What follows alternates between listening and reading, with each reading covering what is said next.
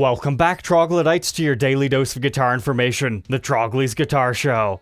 I bet you never would have guessed you'd see one of these things on my channel.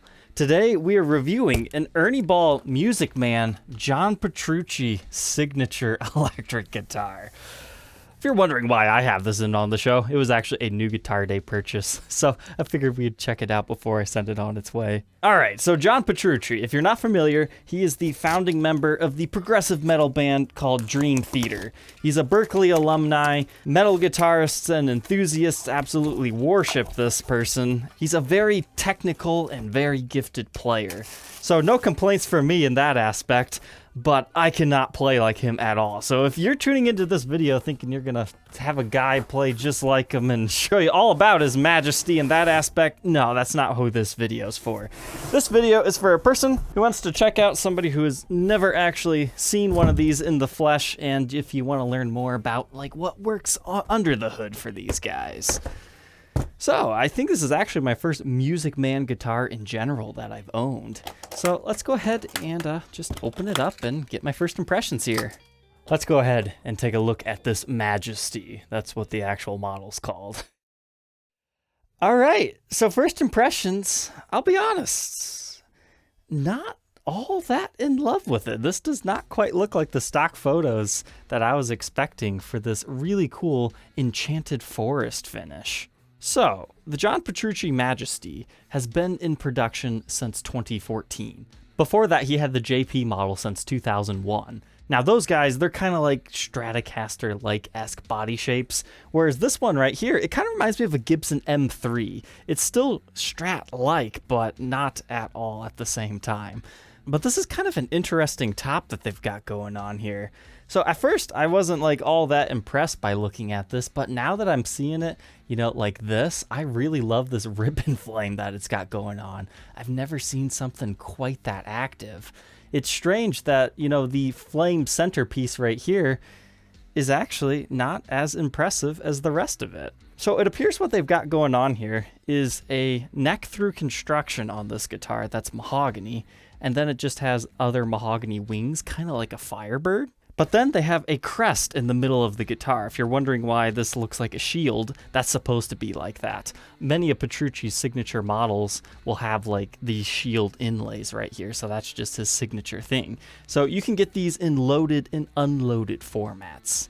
Loaded ones have a piezo system in here. They've got the shield inlays. They're a little bit fancier, but if you don't need all that other stuff, of course, you can get the unloaded ones. So this is a slightly higher end version guitar. So these things brand new are $3,699. The current finishes for this year on the 6-string model are Enchanted Forest, which we're looking at today, Ember Glow, Lava Flow, Smoked Pearl, and Titan Blue. But if you step up to the 7-string version of this guitar, they also throw in 2 additional finishes, Pacific Blue Sparkle and Eclipse Sparkle.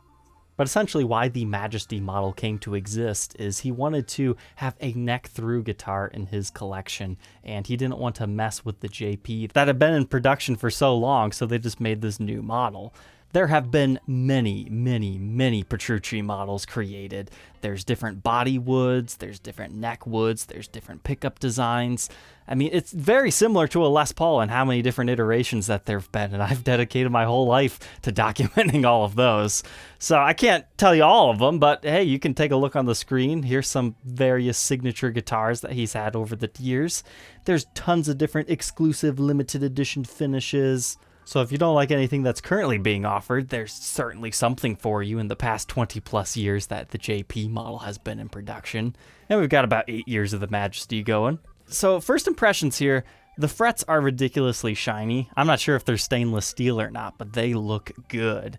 And this headstock is pretty familiar looking. I mean, Music Man guitars have been in production since the 70s, and then Ernie Ball bought them out in 1984 and kind of turned them into the company that they are today. When I think Ernie Ball, I actually think they're base models. So I think I'll save all the super technical spec talk until we get to the workbench. It's just easier for me to see it and then tell you about it because, again, I have no idea on this one. I'm out of my comfort zone. It's a little bit strange, so if I don't seem on my game today, this is a very, very, very complex guitar. It's going to take some time to talk about. Anyways, let's check out this case real quick. It is actually pretty darn heavy duty. Like, it just looks like your basic hardshell case, right? But you can tell it is a higher quality case. Like, they've got some really rigid foam in here. Let's go ahead and see what kind of case candy you get with these things brand new. Looks like our trem bar arm. It kind of reminds me of the one that we had in the Steve Vai Pia models. It's not quite as lightweight, but it kind of has a very similar feel. We get a Music Man sticker. Instrument polish, that's kind of interesting. Wonder wipes, haven't heard of those before. Some additional springs for our trem system. Keys for the case. But interestingly enough, no like formal COA. That's interesting. But let's go ahead, throw this thing on the workbench, take an individual look at its parts and specs, and get to the playing demo. Surprise, we're actually going to do the playing demo first because I don't know what any of this stuff does if I don't plug it in. If you want to skip straight to the workbench segment like normal, you can go to this timestamp right here. But let's try to make some sense out of this. So we've got 2 toggle switches and 3 knobs. This switch right here controls what type of pickup you want to use. So in all the way up the neck position, this activates the piezo. And if you don't know what that is, that's how you get an acoustic guitar sound on an electric. So that sounds like this.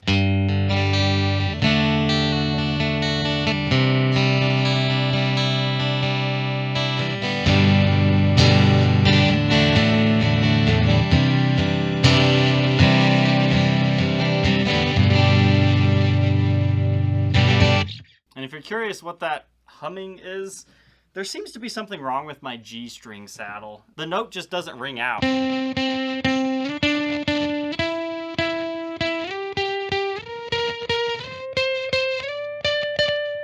But it's only that one, all the other ones work.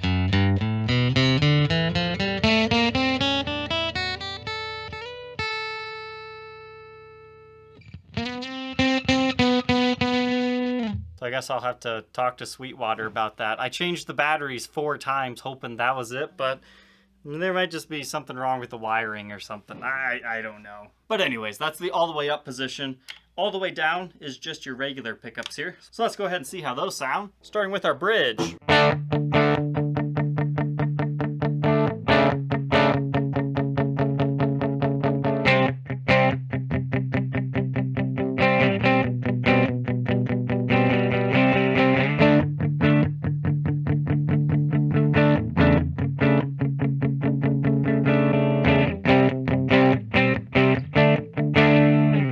I don't know about you guys, but I really enjoy that middle position.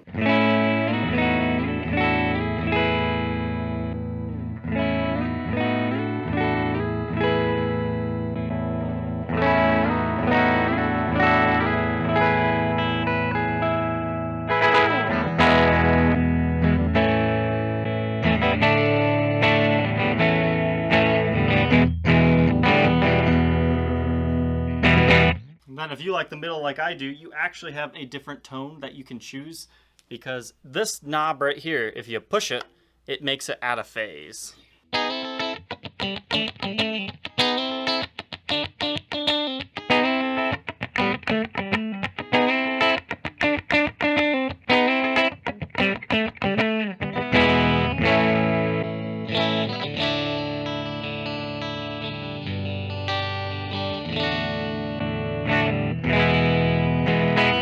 Nice to have the option. And then lastly, you do have a middle position on this one. That blends the piezo with the regular pickups. And this knob down here controls the volume control of the piezo. So here it is all the way on 10.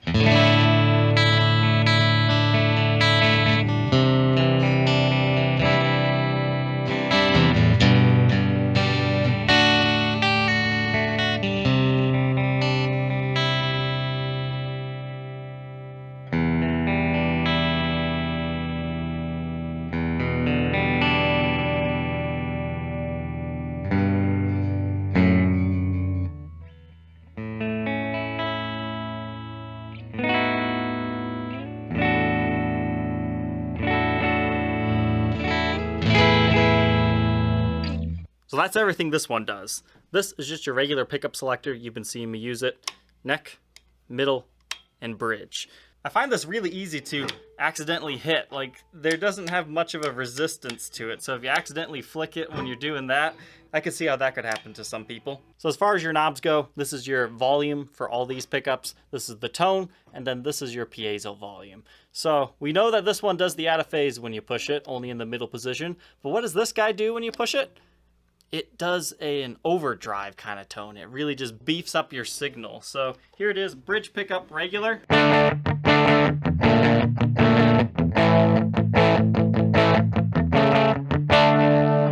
Now you boost it.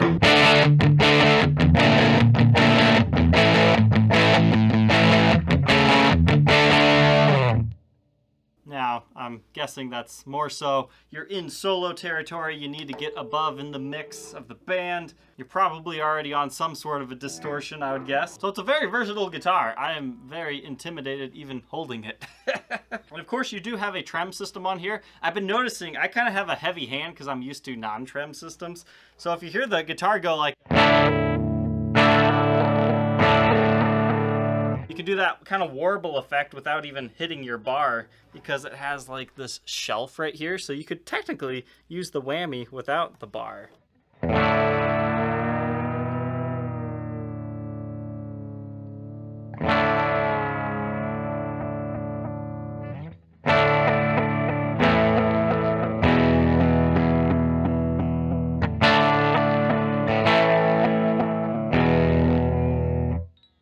Noticing straight out of the box from the factory, the nut seriously needs lubricated. I mean, listen to it. Well, that'd be easy enough to do during a setup. So let's go ahead and try some distortion on it.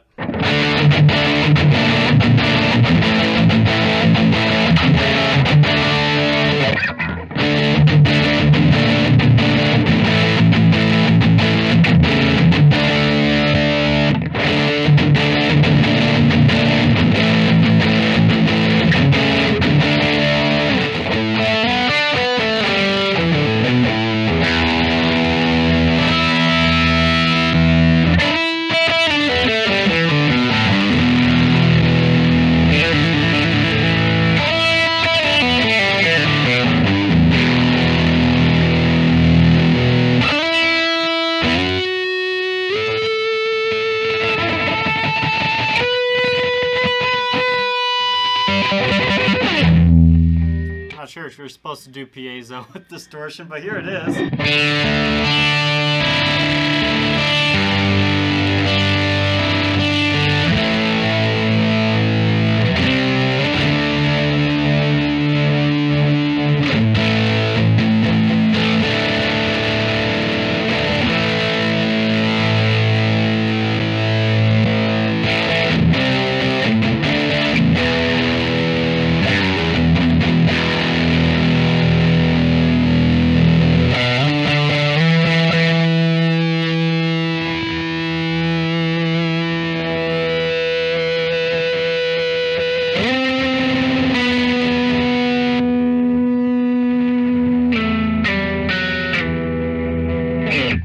Noticing that boost really gives you great sustain. Like this note normally,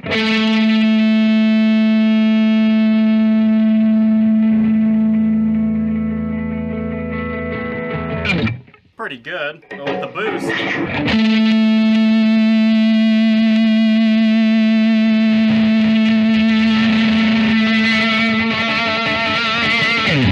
gets to that overtone quicker.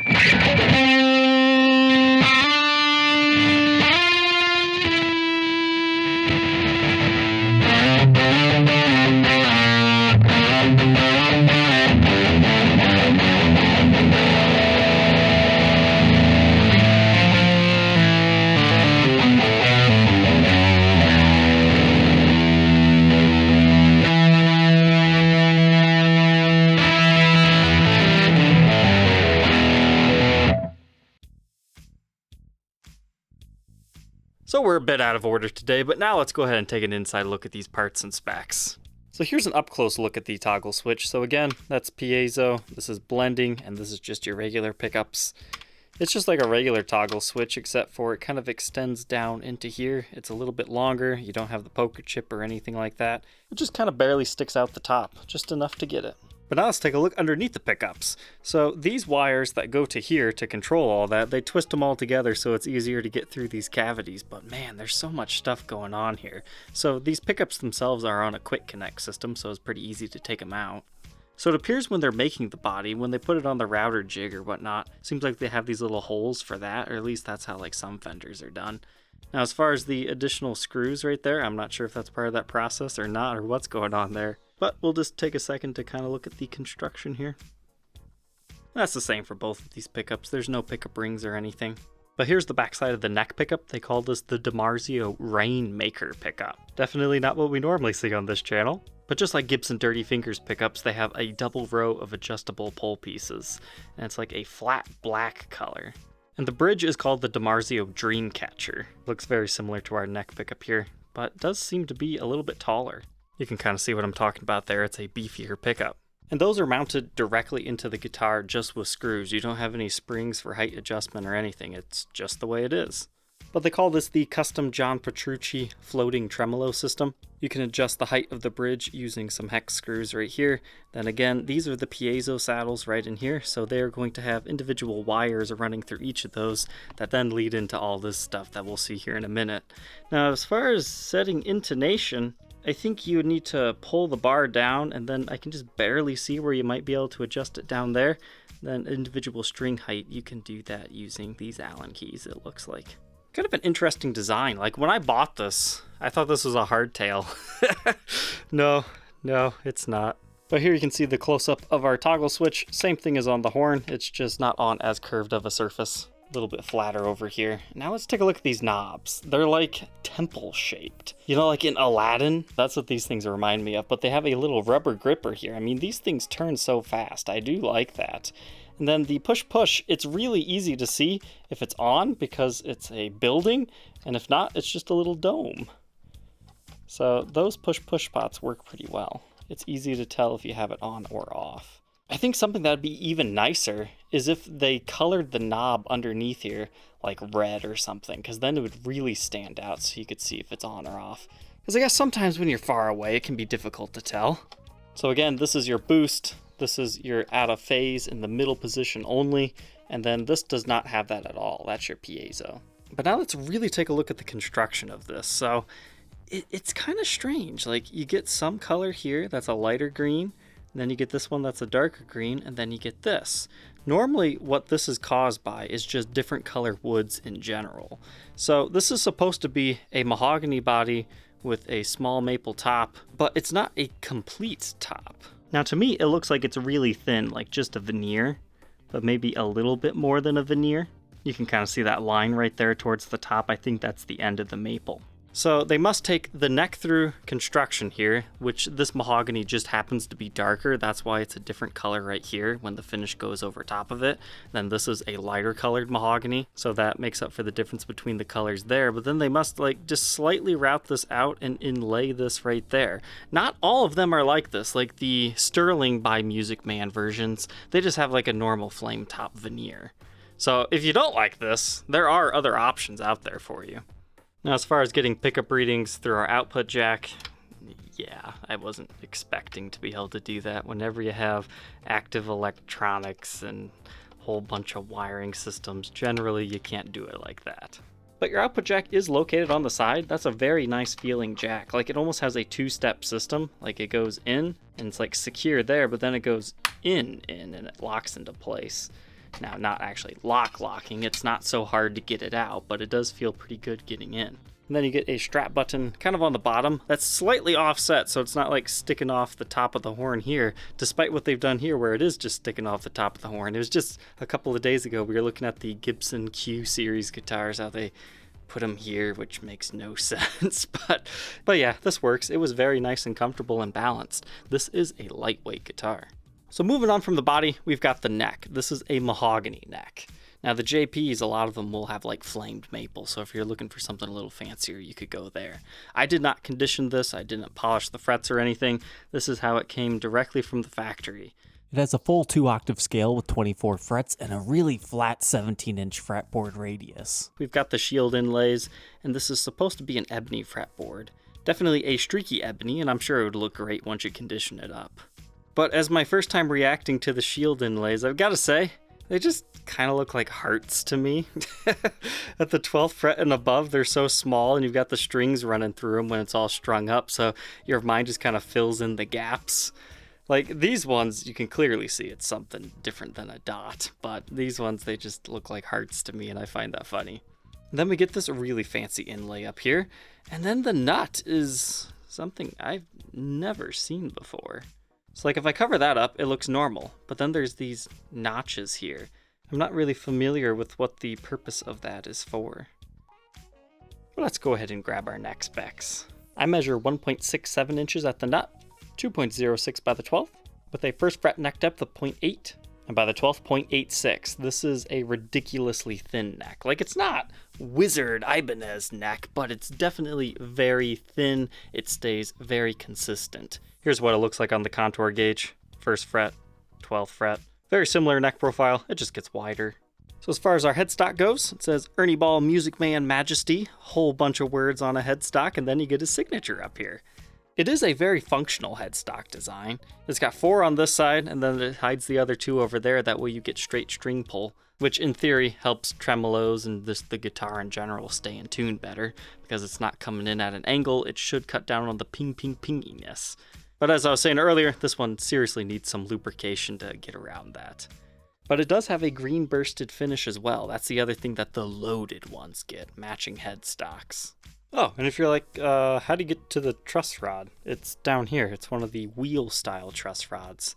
I know a lot of guys really like these. Fender did it for a short amount of time, but then they stopped. But yeah, that's how you adjust the neck on this one. And now we move on to the back side. This is just a giant PCB system that has even more controls than what I had showed you before. So, the back plates, they look like cheap plastic, right? No, they're like slightly metal. I mean, listen to it. It's like a lightweight aluminum. It certainly didn't look like it just in the stock photos, but it is. So back here, you get the magnetic boost. So Mag Boost controls how much of a boost that is, you know.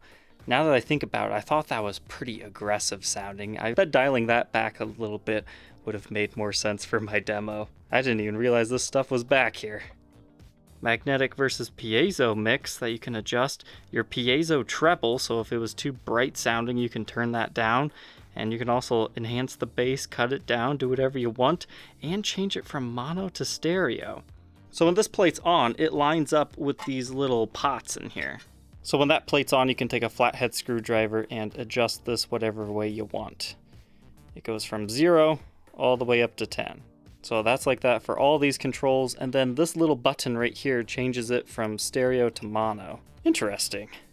So here you can see your regular pot, you've got your push pulls here. I mean, this is just all within a quick connect system. And here you can see where your braided wires end up getting soldered onto your toggle switch here, as well as up here.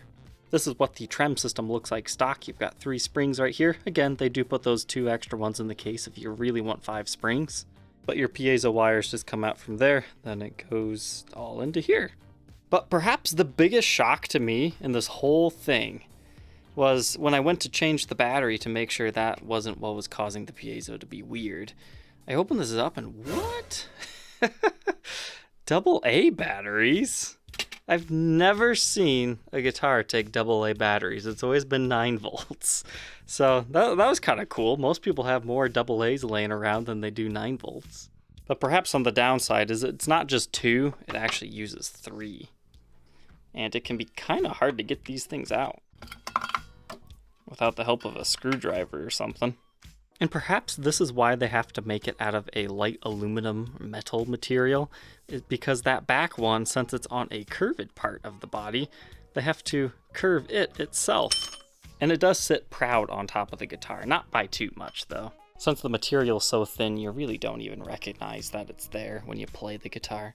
So as far as what I think could be wrong, it's either just the power source itself needs a wire reconnected, or maybe one of these solder joints has like a cold joint, or it's not completely making contact or something. I don't know. Nothing looks bad to me, but I guess, as I said, I'll let Sweetwater know, and I don't know if they'll take it back or they'll have a suggestion for me. So it's a new guitar day purchase. I'll make sure that he's taken care of before he ends up getting it though. But here we can take a second to appreciate the carved nature right here. You've got the neck through design, so the neck is actually pretty extra beefy within this body too. They kind of shaved it down to make this. But this one has a mahogany neck. It's a gloss finish. You even have a little bit of a volute up here, and it is a burst finish. It's really hard to see because it's a black and green, but there's a burst here, and then it turns into the black, and the same thing with the headstock after the volute. They got another little green burst here. And this is a USA made one. They've been in business since 1974, apparently. Serial number M014841 with Schaller locking M6 tuners. But all said and done, this is ridiculously light, 6 pounds, 14 ounces. I will commend it on that. This is a very comfortable guitar to play sitting and standing, and it weighs almost nothing. Now that we know all about the Majesty, what are my final thoughts on this thing? I felt so out of place trying to demo this guitar. It's not a Gibson Les Paul. There's not a whole lot of history behind these models. It is a cool guitar, and it's not just because it's not a Gibson that I didn't like it. It's just I feel so inferior knowing what can be produced with these guitars, and I just do not have the amp set up to make it sound like the way I know this thing should. So, I mean, it was fun to check out. I really appreciate this dancing mahogany figuring right here. That looks great in this Enchanted Forest. And they have so much stuff in here. It's a real shame that G-saddle wasn't working properly, because that piezo actually sounded really good in the room. Now, there's ways to make it sound even better if you put it like through an acoustic amp. In fact, I'm really surprised there's only one output jack on these things, but it is a signature guitar, so it will have some artist specs that they prefer. The pickups, I think they sounded pretty good. The trem system, it takes a while to get used to, but I didn't think it was too bad. It's great for that warbly effect. But I will say, I love these little UFO kind of shaped knobs. They work really well. They're super fast. The push-push pots actually feel pretty decent. And the toggle switches, nice and effortless. You know, that can be a good and a bad thing.